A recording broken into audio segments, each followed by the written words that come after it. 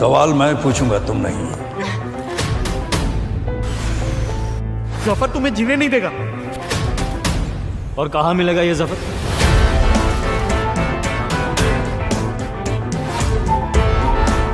इन आंखों में गौर से देख,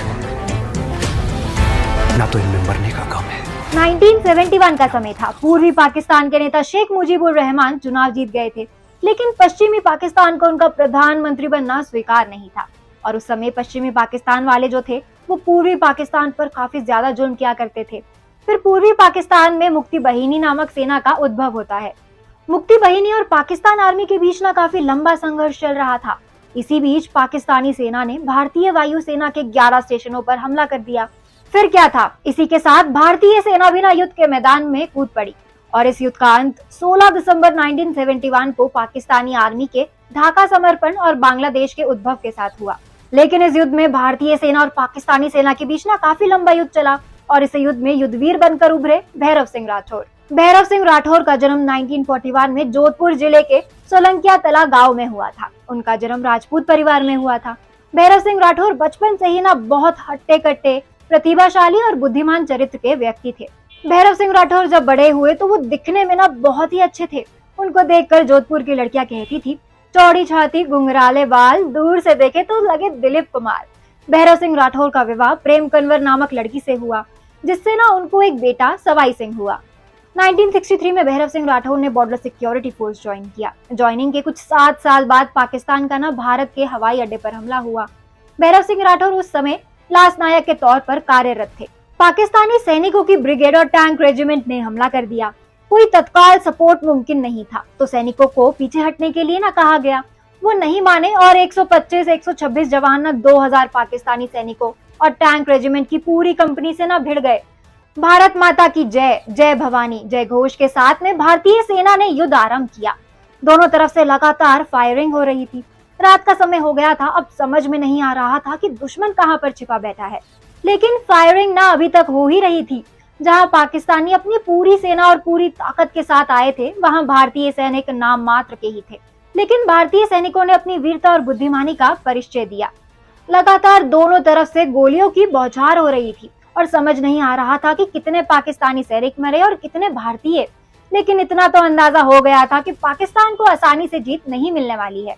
इस युद्ध में अप्रत्यक्ष रूप से संयुक्त राज्य अमेरिका पाकिस्तान के साथ खड़ा था। अमेरिका ने पाकिस्तानी सेना को न कई सारे टैंक, हथियार और रात में मार सकने वाले लड़ाकू विमान दिए थे, जबकि भारतीय वायुसेना के पास ऐसा कोई भी हथियार नहीं था। भारतीय वायुसेना का लड़ाकू विमान केवल दिन में ही हमला करने में सक्षम था। अमेरिका ने पाकिस्तान सेना को ना उस समय की सबसे बड़ी पनडुब्बी मिसाइल गाजी दी थी, जिसको मौत का ना दूसरा रूप माना जाता था। 1971 के युद्ध के समय भारत की सबसे बड़ी विमान वाहक पोत INS विक्रांत थी, जिसे मारने के लिए ना पाकिस्तानी सेना ने विश्व की सबसे बड़ी लड़ाकू पनडुब्बी PNS गाजी को भेजा था, जिसे INS विक्रांत के पास पहुंचने से पहले ही INS राजपूत ने ना डुबा दिया था।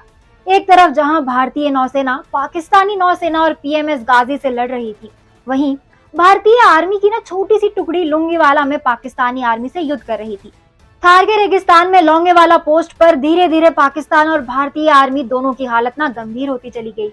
जहां पाकिस्तानी आर्मी लगातार अमेरिका द्वारा दिए गए बम वर्षक विमानों से भारतीय टैंकरों को ब्लास्ट कर रही थी।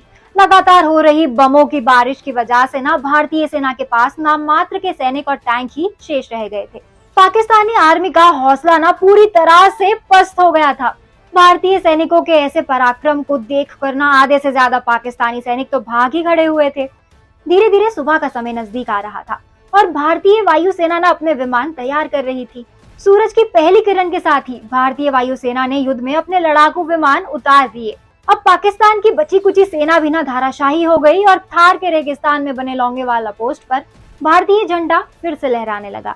कुछ लोग कहा करते हैं कि जब भारतीय सेना के पास केवल एक ही ग्रेनेड बचा था, तो भारतीय सेना के नायक भैरव सिंह राठौर जी ना अपने हाथ में ग्रेनेड लेकर पाकिस्तानी आर्मी की गोलियां खाते हुए पाकिस्तानी टैंक पर जाकर कूद गए।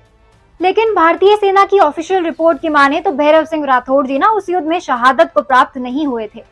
भैरव सिंह राठौर के अदम्य साहस और वीरता को देखते हुए 1972 में उन्हें सेना पदक से सम्मानित किया गया।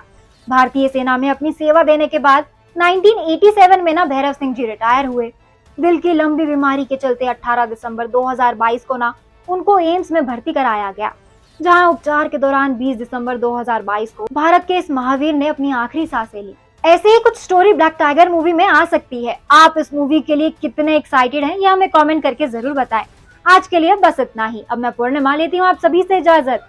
ये वीडियो पसंद आया हो तो इसको लाइक और शेयर करें, साथ ही सब्सक्राइब करना ना भूलें बॉलीग्राड स्टूडियोज को।